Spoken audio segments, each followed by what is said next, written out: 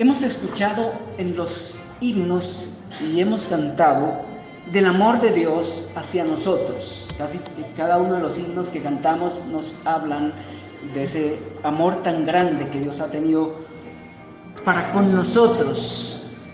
Pero voy a hablar del amor, no del amor de Dios hacia nosotros, sino del amor que debe haber en cada uno de nosotros, de ese don maravilloso que todos como creyentes, como hijos de Dios, debemos perseguir y cultivar. Asimismo, expresar en nuestro diario vivir. Porque fuimos redimidos, claro, por el amor de Dios, pero no para que lo acaparemos, no para que lo absorbamos y nos quedemos con Él, sino también para que lo dispensemos a nuestro prójimo en la forma como Él quiere que lo dispensemos. Y quiero comenzar diciendo que una de las necesidades más grandes del alma humana, o de las necesidades sentidas del alma humana, no hay necesidad más grande que la necesidad de amor. De las necesidades sentidas del alma humana, escuchen bien esa expresión, hay necesidades del alma humana que no son sentidas y son grandísimas, pero de las necesidades sentidas del alma de todo ser humano, la más grande es la necesidad de amor. Además de ser la necesidad sentida más grande, es la necesidad más compleja. Es la necesidad más malentendida y por tanto la necesidad más traumática del ser humano. Podría decir, en una evaluación que he estado haciendo por la experiencia que en estos años el Señor me ha concedido tener, he estado evaluando a la luz de las Escrituras la experiencia de mi vida propia y de otras personas que Dios ha puesto a mi alcance para tratarlas. He notado, en esa evaluación, que casi, por no decir todas las crisis que sufrimos los seres humanos, están, su raíz está en esa necesidad, en la necesidad de amor. Hay un vacío de amor tan gigante en el alma humana que desesperadamente buscamos llenarlo, lamentablemente, donde no se puede llenar. Buscamos proveernos de amor en fuentes que no son autorizadas, que no lo contienen, o más bien donde no lo vamos a poder encontrar, donde no existe, o donde el amor que podemos encontrar no es suficiente para llenar los vacíos.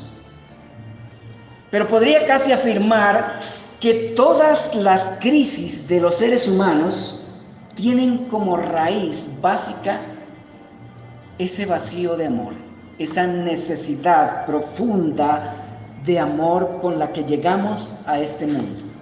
Aunque estamos rodeados de amor, como lo decía en la exposición pasada, todo lo que tenemos y disfrutamos lo debemos al amor de Dios, porque el amor de Dios siempre es abundante y más abundante de lo que nosotros podemos reconocer. Y mucho más para nosotros los creyentes, que hemos sido objetos de un amor tan grande, que no somos capaces de comprenderlo, no somos capaces de apreciarlo, no somos capaces incluso de disfrutarlo en su plenitud. La Biblia lo expresa. Lo expresa en diferentes lugares y de diferentes maneras, pero la expresión concreta de ese amor de Dios hacia nosotros en especial es el Señor Jesucristo. No hay expresión más grande de amor de parte de Dios hacia nosotros que su propio Hijo. lo que Él ha hecho y lo que Él está haciendo y lo que hará a nuestro favor.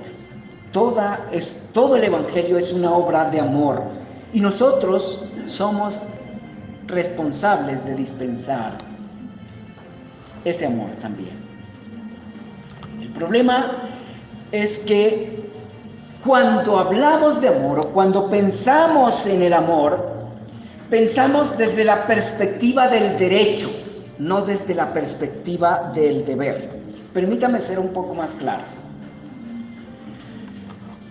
Cuando digo que cuando pensamos en amor, pensamos desde la perspectiva del derecho, estamos partiendo de lo que queremos recibir, no de lo que debemos dar.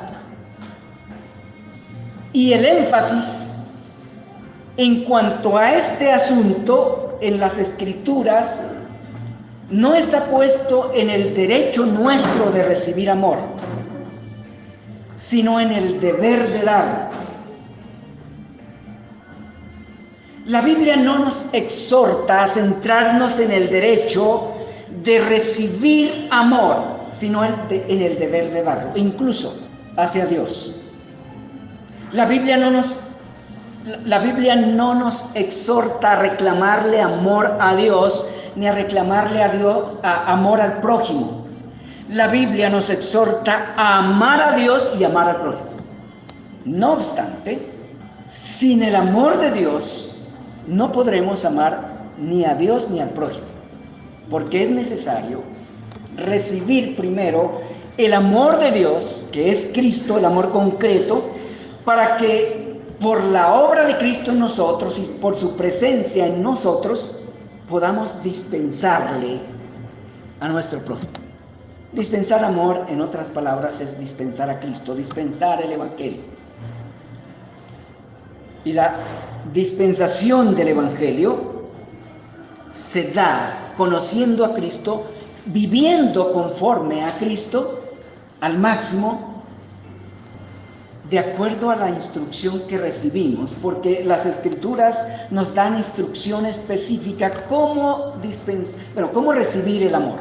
Porque primero necesitamos recibirlo, necesitamos comprenderlo, necesitamos apropiarnos de él para luego dispensarlo también adecuadamente.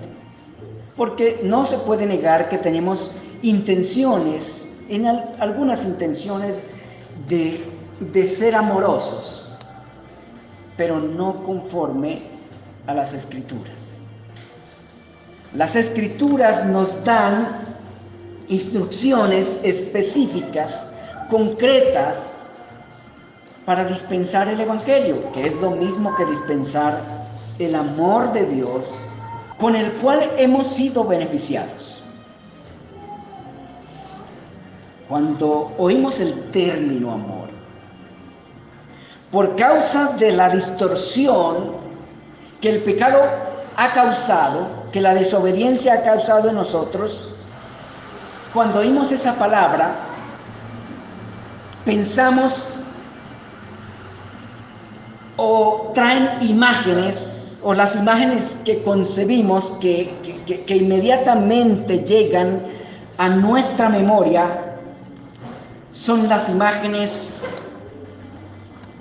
de banquetes, de diversión, de lugares exóticos, con un príncipe o con una princesa en una luna de miel.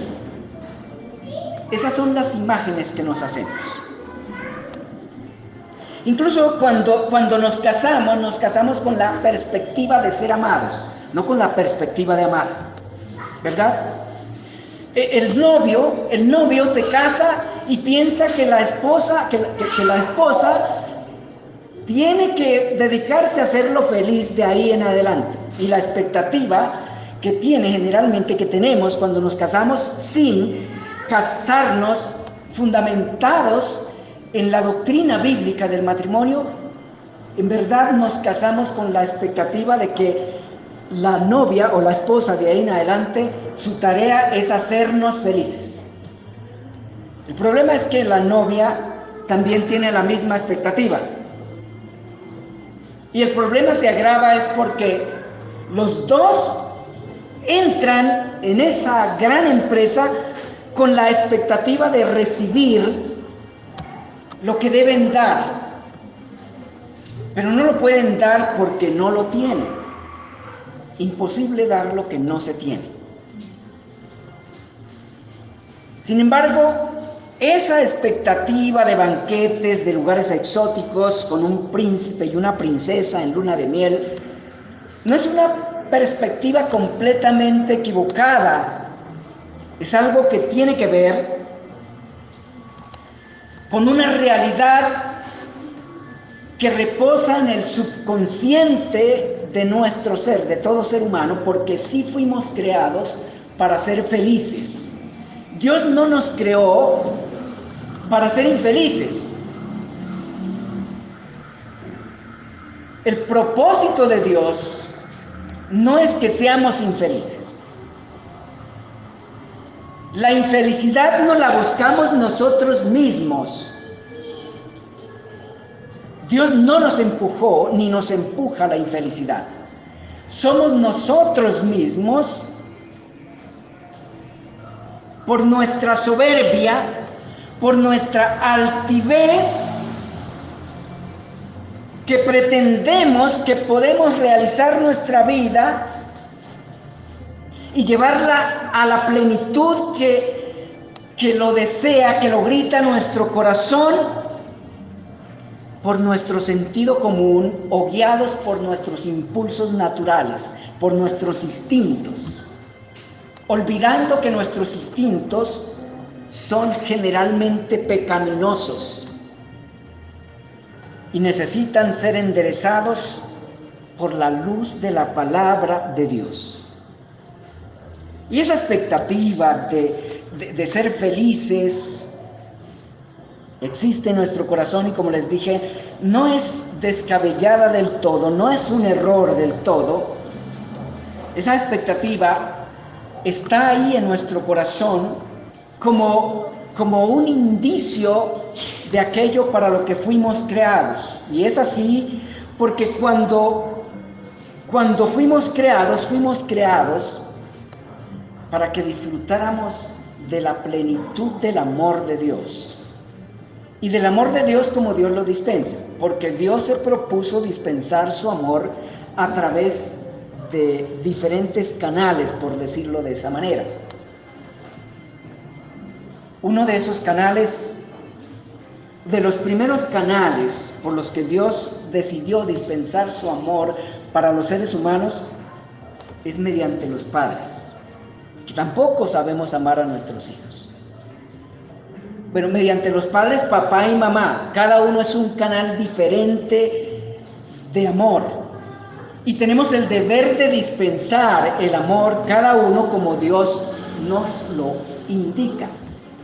El amor que debe dar el padre a su hijo no es lo mismo, o no es el mismo en cierto sentido, que el amor que debe dar la madre a su hijo. Por eso, cuando falta un padre, en el desarrollo de esos niños donde falta un padre, quedan vacíos lamentables que afectan y afectarán el desarrollo, la realización de esa vida, de ese ser. Lo afectarán por toda su vida. Hay otros canales por los que Dios decidió dispensar amor, y es, por ejemplo, por los hermanos, la fraternidad. Y piensen cómo Dios organizó todas las cosas de una manera perfecta.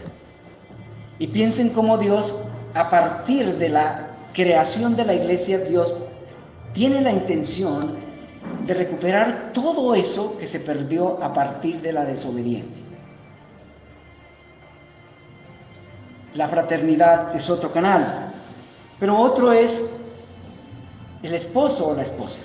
Por eso hay en nuestro corazón, en el corazón de los varones, un deseo de conseguir una esposa, de tener una mujer por compañera. Y en las mujeres existe un deseo intrínseco por conseguir a un varón, porque son canales determinados por Dios para llenar todos los vacíos de amor que hay en nuestro ser. pero ninguno de esos amores logra llenar por completo el vacío de amor que hay en el corazón o en el alma humana. ¿Quién lo llena? Dios por medio de Cristo. Ese es su propósito, ese es el propósito del Evangelio.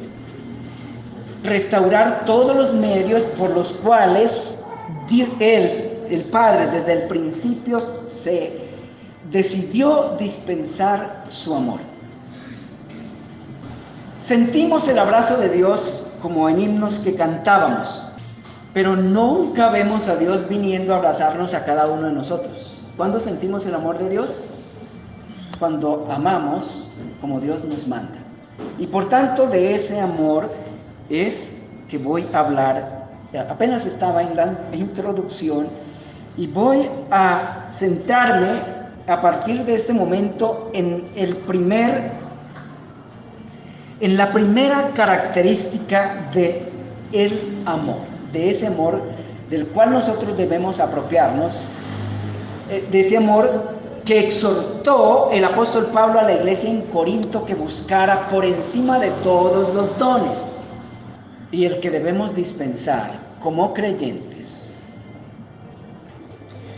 ¿Cuál es la primera característica del amor? El amor es sufrido. Según la Escritura, el amor verdadero comienza con sacrificio, con sufrimiento.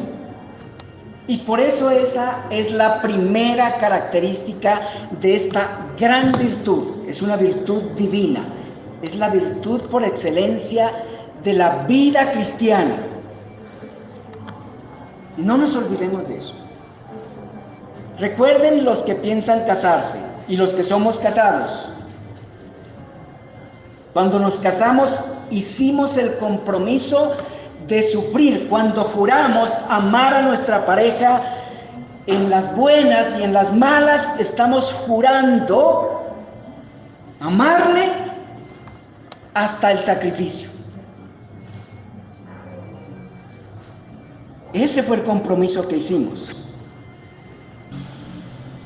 Y no es posible, queridos hermanos, tener una noción acertada de esta característica del amor si no contemplamos el ejemplo vivo que de ese amor nos ha dado el mismo Dios.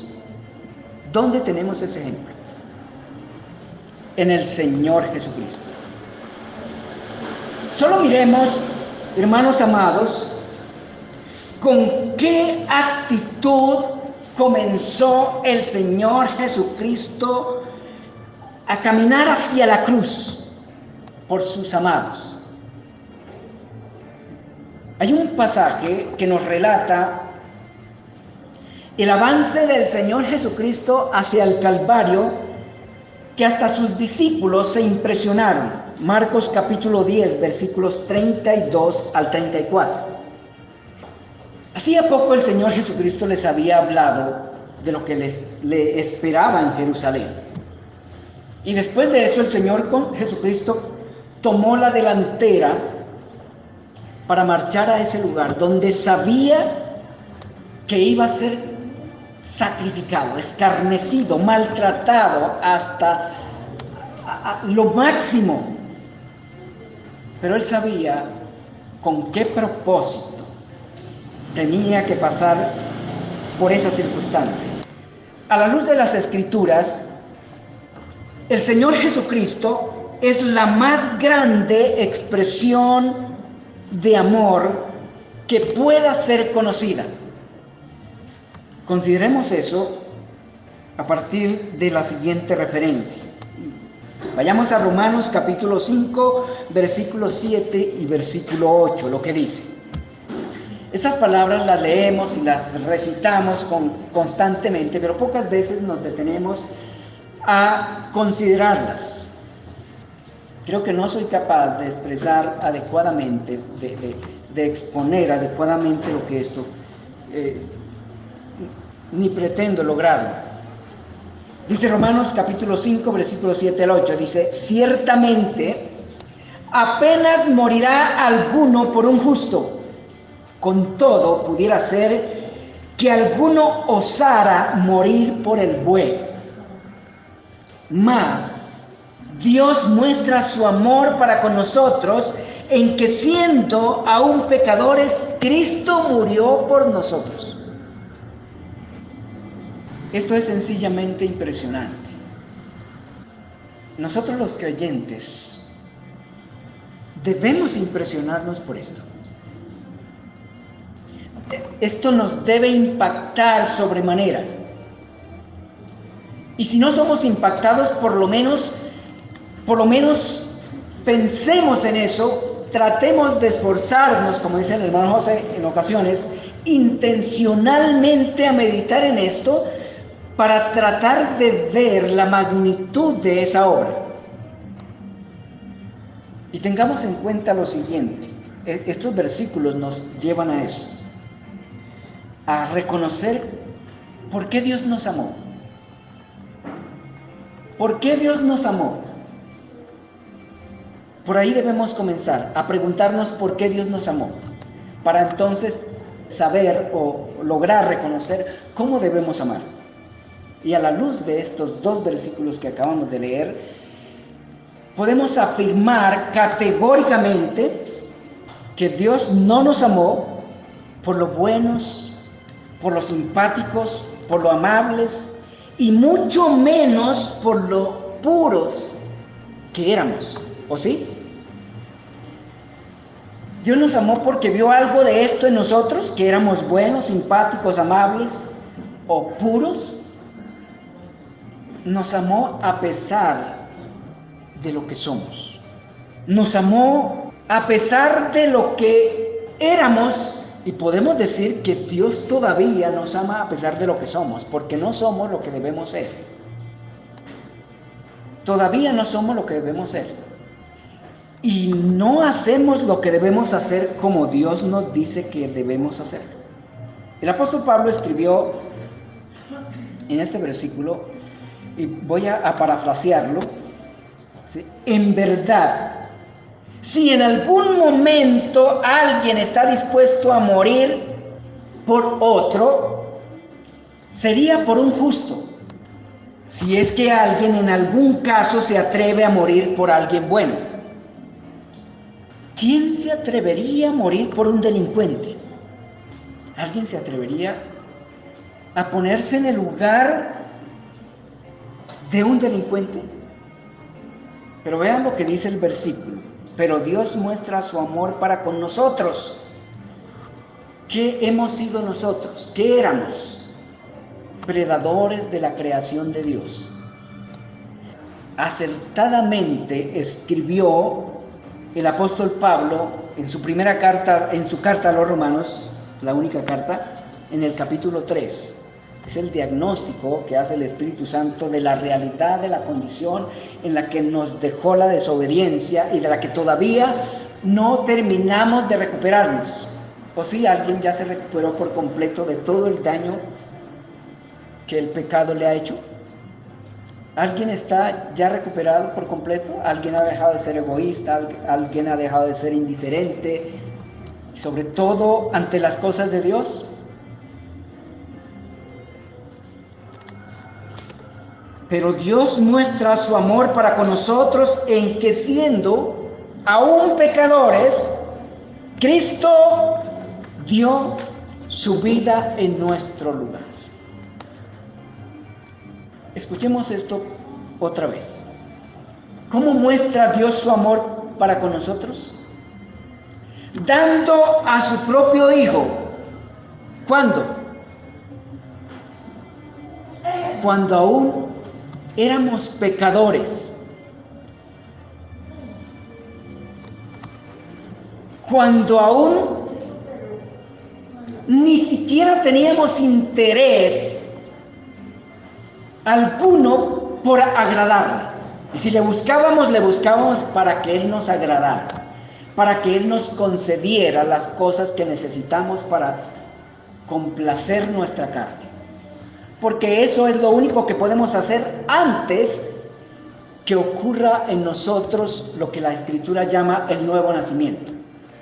Buscamos a Dios y toda persona busca a Dios, pero le busca para que complazca sus caprichos pecaminosos. No le busca con la intención siquiera de que le libre el pecado para poder agradar a Dios, para poder hacer lo que Dios nos ha mandado como nos lo ha mandado. Oramos para que los demás cambien, pero poco nos centramos en el cambio que tenemos que hacer nosotros. Esperamos que los demás nos traten bien, sean amorosos, tiernos, amables con nosotros, comprensivos. Pero ¿nos dedicamos o decidimos nosotros a hacer eso para ellos?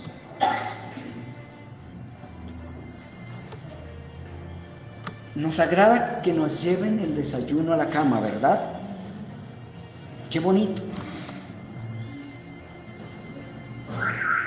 Pero no estamos dispuestos a llevar el desayuno.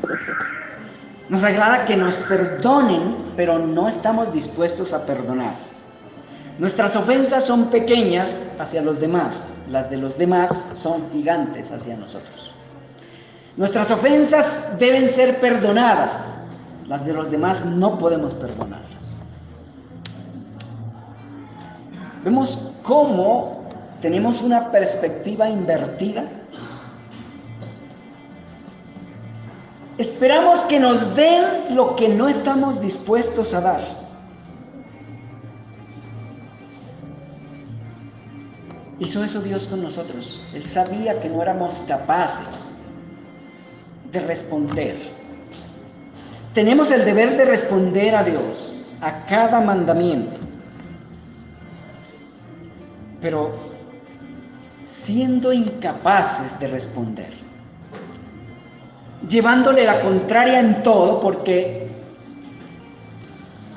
esa es nuestra especialidad, llevarle la contraria a Dios. Y a todo el que se nos ponga por delante. La idea es tener la razón siempre. Que nos escuchen, mas no escuchar. Incluso esa es nuestra actitud en relación con Dios. Que nos escuche, que nos escuche. Y suplicamos a Dios que escuche nuestro clamor, que escuche nuestras peticiones, donde presentamos nuestras necesidades, pero muchas veces ni siquiera, hermanos amados, muchas veces ni siquiera nos detenemos a pensar si lo que estamos pidiendo es algo que realmente necesitamos y que al mismo tiempo agrade a Dios.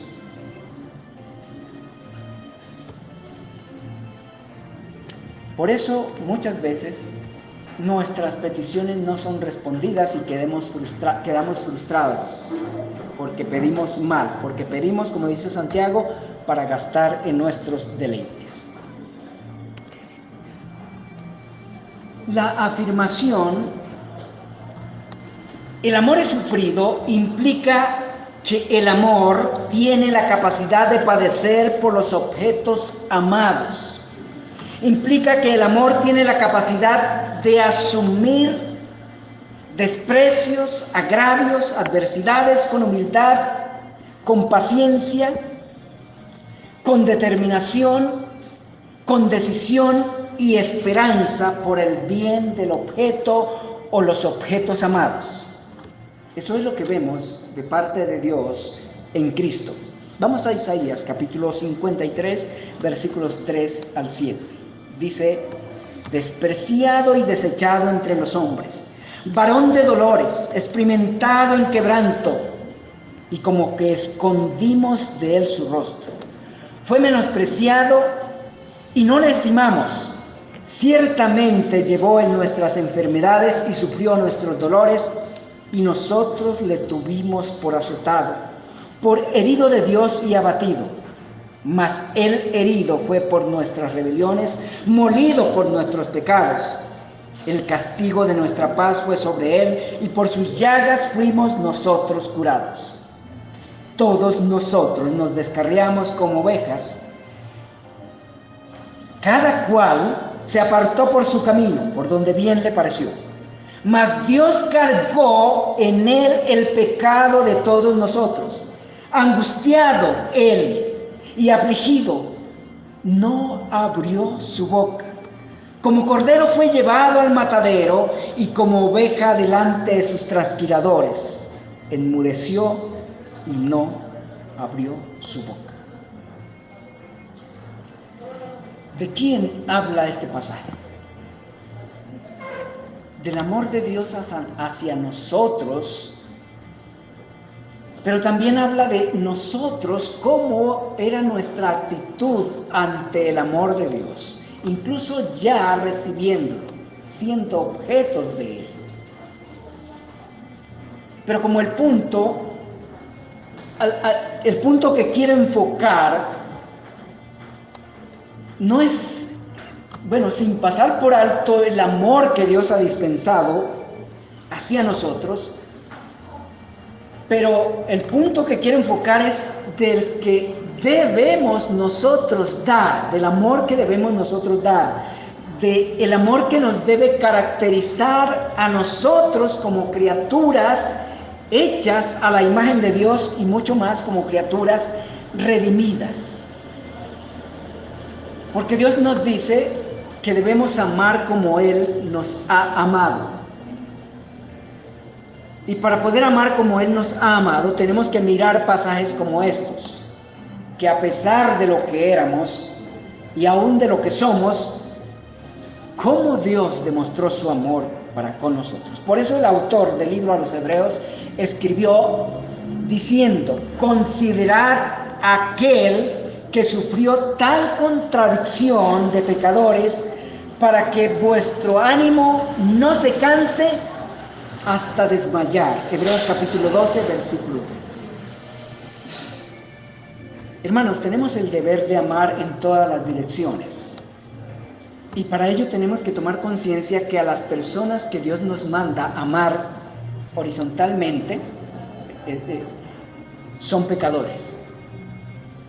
Pero el punto es que si no somos capaces de amar a Dios, que es quien nos ha amado de manera incomprensible, de manera magna, de una manera que no alcanzamos con nuestras capacidades naturales, con nuestro entendimiento, no alcanzamos a percibir.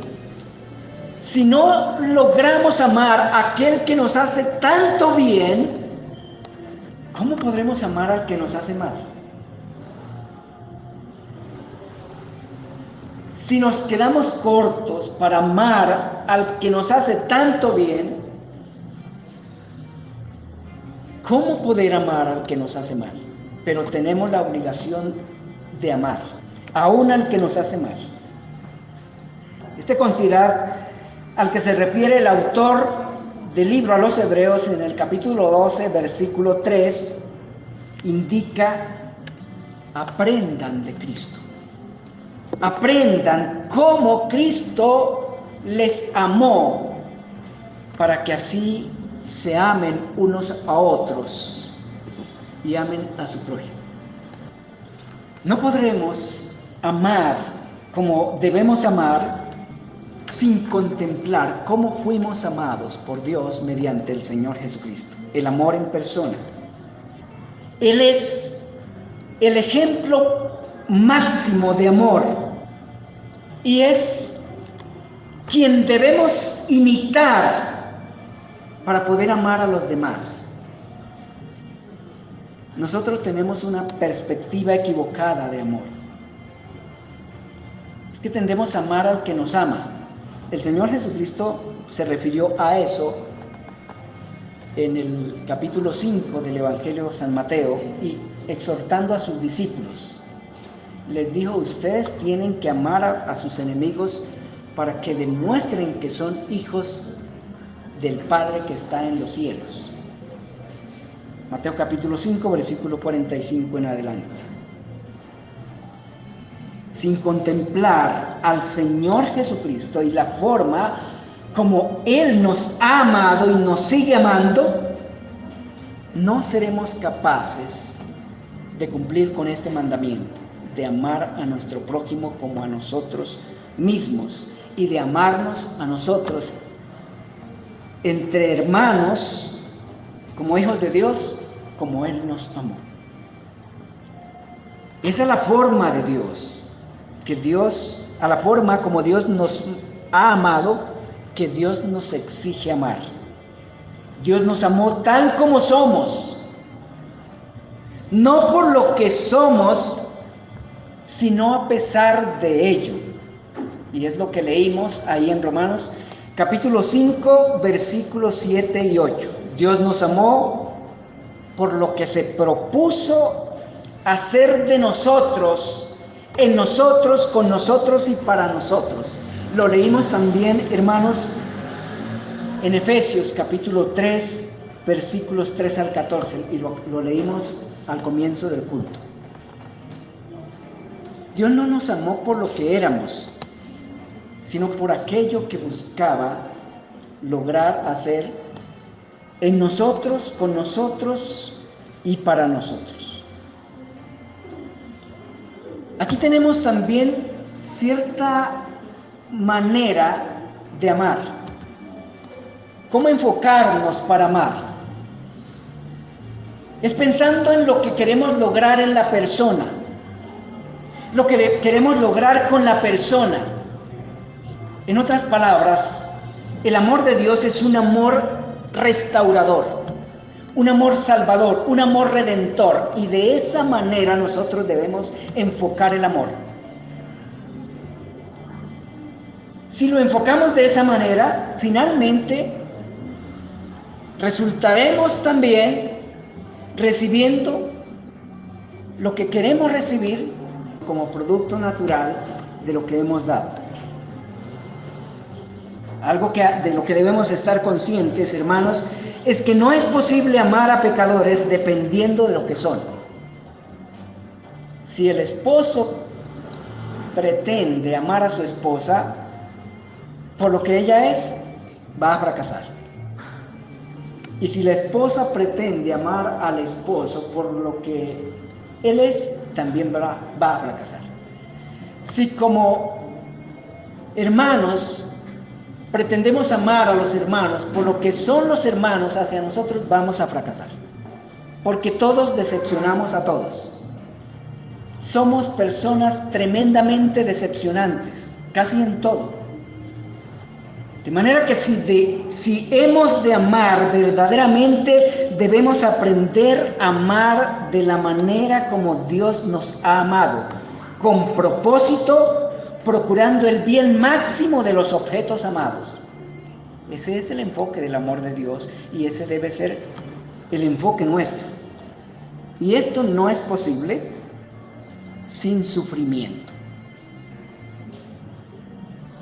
Hay sacrificios que hacer para cumplir este mandato, para desarrollar esta virtud. Del amor de Dios expresado y dispensado mediante su Hijo Jesucristo, aprendemos que el amor está sujeto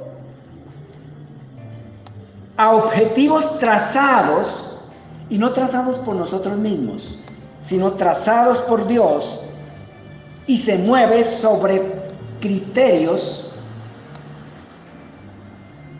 o parámetros determinados para alcanzar objetivos también fijados por Dios. Hermanos, si no conocemos esas realidades y esos parámetros, las solas intenciones no son suficientes. Para amar como Dios nos manda, necesitamos aprenderlo, no solo tener buenas intenciones. No es suficiente la determinación, voy a amar. No no es suficiente.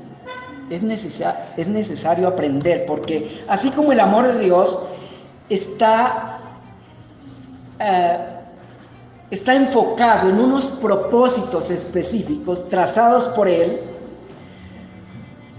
y camina sobre parámetros que Él mismo se trazó para lograr los objetivos, asimismo el amor que Dios nos demanda en cualquier dirección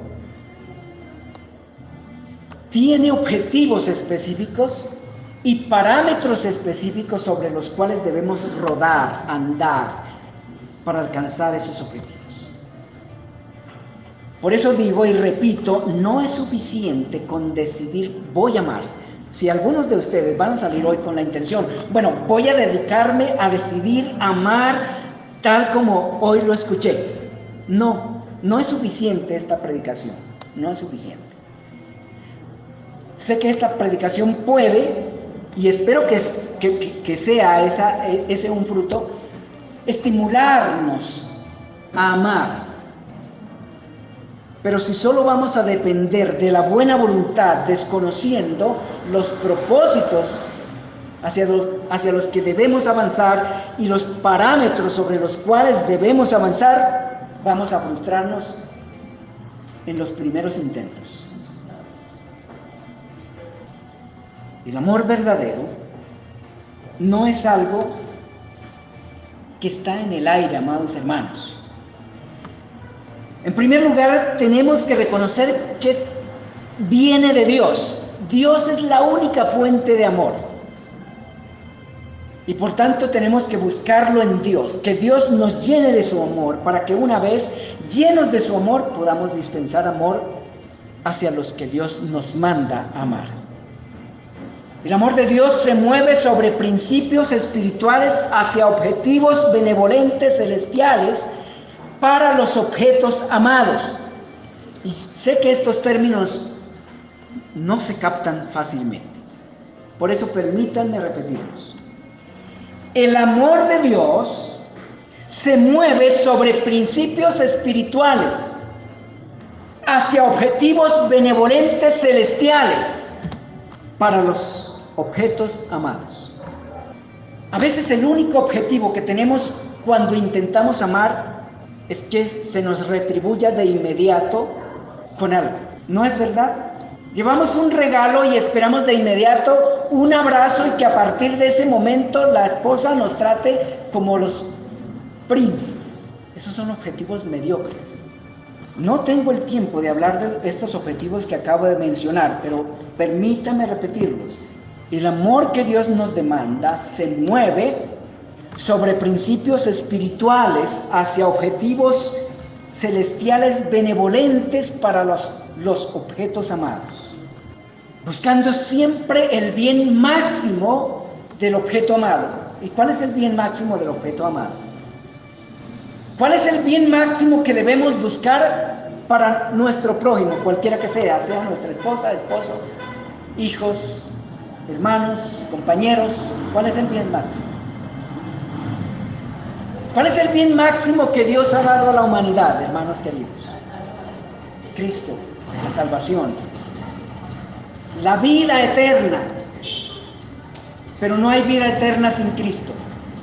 Como dijo alguien, incluso el cielo sin Cristo sería el infierno. El bien máximo que debemos buscar es que una persona conozca a Cristo, para que conociendo a Cristo sea salva y entonces tenga vida eterna y esperanza de gloria eterna. Ese es el bien máximo. Ya voy a terminar. Y voy a terminar con estas reflexiones. ¿Cómo saber si realmente tengo este amor que se caracteriza por estas virtudes mencionadas ahí en 1 Corintios capítulo 13, versículos 4 al 8, primera parte? Es una pregunta, bueno, no es una pregunta, son varias preguntas que quiero plantear, pero basándose en esta pregunta: ¿cómo saber si realmente tengo ese amor? Porque muchas de las cosas que llamamos amor, según nuestra perspectiva, no son amor. Es egoísmo camuflado de amor. Porque somos expertos en manejar el lenguaje a nuestro favor. Planteo otra vez la pregunta: ¿cómo saber si realmente tengo ese amor? ¿Pierdo la paciencia, la humildad y me irrito contra alguien porque no aprende rápido como debiera, o como yo quisiera, o porque no es ni piensa como yo? ¿Me enojo porque alguien no me cree ni está de acuerdo conmigo? ¿Me irrito y me ensaño contra quien ha cometido un error o un pecado? Si esta es mi reacción ante estas circunstancias o ante circunstancias como estas, no tengo amor, no he aprendido a amar cristianamente. Mucho menos si me resiento con las personas que procuran mi bien. Si me irrito contra alguien que ha cometido un error o un pecado y ya deseo enjuiciarlo y condenarlo, no hay amor. Y mucho más si me irrito contra una persona que está procurando con amor el bien para mí. Voy a plantear otras interrogantes desde otra perspectiva. Mantengo la paz, la humildad, el gozo, la esperanza y la perseverancia en lo que Dios me ha encomendado ante los agravios, ante las adversidades, ante el desprecio, ante la ingratitud, ante la indolencia, guardando los mandamientos de Dios, los que Dios me ha dado para cada caso, sirviendo con humildad aún a quienes me hacen el mal. Queridos hermanos, esta es la manera como la Escritura dice que nos conduzcamos como sus hijos que somos. Las exhortaciones que encontramos en Juan capítulo 14, versículo 15 al 21 y 23, en Primera de Juan capítulo 2, versículos 3 al 6, en Romanos capítulo 12, versículos 14, 19 al 21, y Primera de Pedro capítulo 2, versículos 21 y 23, pasajes muy conocidos, los leemos con frecuencia, nos indican cómo debemos asumir esta característica del amor. Si esa es, como lo planteaban las interrogantes, si esa es mi reacción, aún ante mis detractores, es evidencia que el amor de Dios está en mí. Si mantengo la paz, la humildad, el gozo, la esperanza y la perseverancia en lo que Dios me ha mandado en cada caso. Si esa es mi actitud, es evidencia que el amor de Dios está en mí. El amor, según Dios lo caracteriza, es capaz de sufrir por los objetos amados. Y ese amor que es capaz de sufrir por los objetos amados es el amor que viene de Dios. Ese amor es el que planta el Espíritu de Dios por pura gracia en el corazón de quienes son justificados mediante la fe en Cristo. Según Romanos capítulo 5, versículos 1 al 5. Y termino con esto. Nadie puede jamás amar verdaderamente sin antes conocer a Cristo y vivir por Él y para Él. Porque la fe en Cristo se caracteriza por amar como Dios ama. La característica principal de esa fe de la fe que es en Cristo, de la verdadera fe que es en Cristo, es el amor. Y ese amor es el amor que viene de Dios. Porque la fe en Cristo, repito, se caracteriza por amar como Dios ama. Esa es la principal característica de la fe verdadera, el amor. Y es la virtud número 1 de la obra evangelística en cualquier esfera. Es la característica esencial para ganar el corazón de los pecadores perdidos. Es la característica que deben desarrollar las esposas para ganar a sus esposos inconversos o a sus esposos difíciles. Primera de Pedro, capítulo 3, versículos 1 al 6, creo que es. Ahí también hay una instrucción específica cómo debe amar una esposa para ganarse a un esposo impío o a un esposo difícil. Y de ahí también podemos tomar aprendizaje cómo debemos amar para ganar el corazón de una esposa difícil o de una esposa inconversa. De ahí podemos también tomar principios cómo debemos ganar el corazón de un hermano difícil o de un compañero difícil. El amor es el motor de la vida cristiana y es la esencia de la redención. Amén.